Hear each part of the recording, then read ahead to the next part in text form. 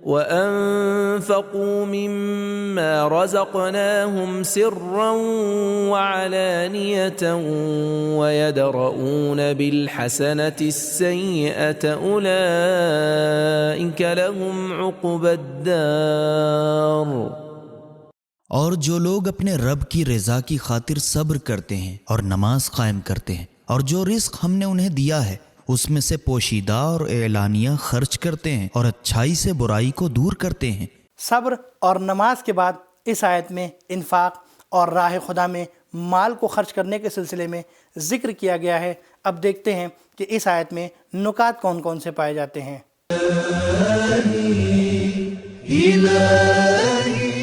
الف، کلمہ صبر بھی ایک وسیع مفہوم رکھتا ہے۔ جہاں صبر کا مفہوم مشکلات پر صبر کرنا ہے، وہاں عبادات کو پابندی سے ادا کرنے، گناہوں کا مقابلہ کرنے، مصائب میں بردباری اپنانے، اطاعت میں سر تسلیم خم کرنے اور نعمات کے حصول پر تکبر و غرور سے اجتناب کرنے کو بھی شامل ہے۔ نمبر 2، وجہ ربہم کے معنی ہے پروردگار عالم کی توجہ اور رضامندی کا حصول۔ نمبر 3، نماز کو ادا کرنا عہد اللہ کے مصداقوں میں سے ایک مصداق ہے، جس کا تذکرہ گزشتہ آیات میں ہو چکا ہے۔ بعض روایات میں ہے الصلاۃ عہد اللہ، نماز الہی عہد ہے۔ نمبر 4، صبر و نماز خالق کائنات کے ساتھ مربوط ہیں۔ خرچ کرنا اور نیکی کرنا بندگان خدا سے مربوط ہیں۔ آئیے اب انفاق کے درجات سے آشنا ہوتے ہیں۔ انفاق کے کئی درجات ہیں۔ نمبر 1، اللہ تعالیٰ کے عطا کردہ مال میں سے خرچ کرنا۔ انفقوا مما رزقناکم، ہم نے تمہیں جو رزق دیا ہے اس میں سے خرچ کرو، سورہ بقرہ آیت نمبر 254۔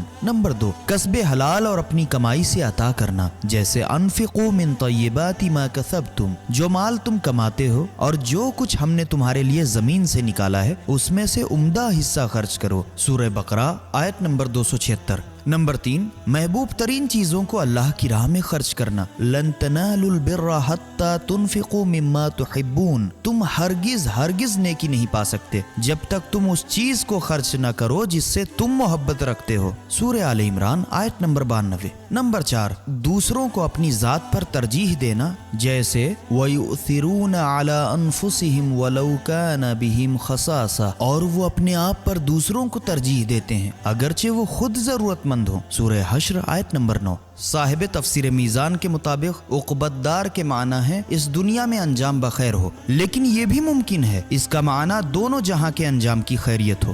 برائی کو اچھائی کے ساتھ دور کرنے کا معنی و مفہوم یہ ہے کہ اگر مومنین میں سے کوئی مومن ناشائستہ کام انجام دے تو ہمیں اس سے چشم پوشی کرنا چاہیے۔ یہ حکم صرف مومنین کے ساتھ خاص ہے۔ ظالم اور مفسد لوگوں کے ساتھ وہ سلوک کریں جو وہ ہمارے ساتھ کر چکے ہیں۔ اگرچہ اسلام اخلاق، پیار و محبت و عفو و بخشش کا دین ہے، لیکن اس کا یہ پیغام بھی ہے وَلَا تَأْخُذُكُمْ بِهِمَا رَأْفَةٌ، بدکار لوگوں کے ساتھ نرمی کا سلوک نہیں کرنا چاہیے، سورہ نور آیت نمبر 2۔ دین اسلام ایک جامع دین ہے، اولو الالباب کامل افراد ہیں۔ قرآن مجید میں یؤفون، یصلون، یخشون، یخافون، صبروا، اقاموا، انفقوا، یدرؤون جیسے جملات اس بات کی علامت ہیں کہ کامل و مکمل انسان اپنے عہد و پیمان پر پورے اترتے ہیں اور اپنے تعلقات کی پاسداری کرتے ہیں۔ وہ صاحبان تقوی ہوتے ہیں، گوشہ نشینی کی بے معنی و بے روح زندگی کو چھوڑ چھاڑ کر میدان عمل میں موجود اور سرگرم رہتے ہیں۔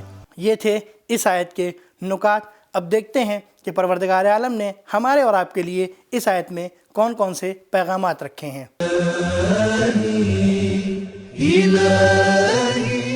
نمبر 1، وہ صبر و استقامت ایک عظیم سرمایہ بھی ہے اور لائق تحسین بھی ہے جو صرف اللہ کی رضا کے لیے ہو اور ہر قسم کے تعصب، ہٹ دھرمی اور عداوت و عناد سے پاک ہو۔ صبروا ابتغاء وجہ ربہم۔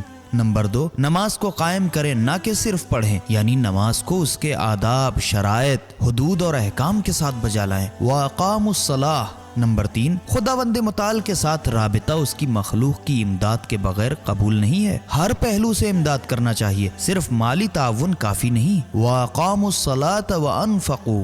نمبر 4، اللہ کے بندوں پر خرچ کرنے کے بعد مغرور نہ ہونا، جو کچھ آپ نے کسی کو دیا ہے وہ اسی ذات کا دیا ہوا ہے۔ وَأَنفَقُوا مِمَّا رَزَقْنَاهُمْ۔ نمبر 5، جب کسی کام میں رضا الہی کی نیت ہو تو پھر اعلانیہ دیں یا چھپا کر دیں، بات ایک ہے، سرًا وعلانیہ۔ نمبر 6، حکمت و دانش کا تقاضا یہ ہے کہ کبھی مدد اعلانیہ کھل کر کرنا چاہیے اور کبھی مخفیانہ چھپ کر، سرًا وعلانیہ۔ نمبر 7، گناہوں کی تختی کو توبہ کے آنسوؤں کے ساتھ دھو دو، برائی کو اچھائی کے ذریعے مٹا دو، مظالم کی بھڑکتی آگ کو عفو و بخشش کے صاف و شفاف پانی سے بجھا دو، گالی کا جواب مٹھاس بھرے سلام سے دو، عذاب کی ہولناکیوں کو صدقے کے ذریعے ابدی نعمات میں بدل دو، جفا کا جواب صلہ رحمی کی حسین صورت میں دے دو، ظلم و استبدار کا علاج مشاورت سے کرو، طاغوت و شیطان کی ولایت کو حق و حقیقت کی ولایت کے ساتھ منقلب کر دو۔ وَيَدْرَؤُونَ بِالْحَسَنَةِ السَّيِّئَةَ۔ نمبر 8، دنیا اور آخرت کی کامیابی و کامرانی صاحب دانش و بینش کے لیے ہے، اولو الالباب اولئک لہم عقبی الدار۔ ناظرین، یہ تھا ہمارا آج کا ایپیسوڈ۔ امید کرتے ہیں کہ آپ کو پسند آیا ہوگا، اور اگر پسند آیا ہے تو اپنے دوستوں کے ساتھ شیئر کریں۔ انشاءاللہ اگلے ایپیسوڈ میں پھر ملاقات ہوگی، تب تک کے لیے شکریہ، خدا حافظ۔ سبیل قرآن، ہدایت کا راستہ۔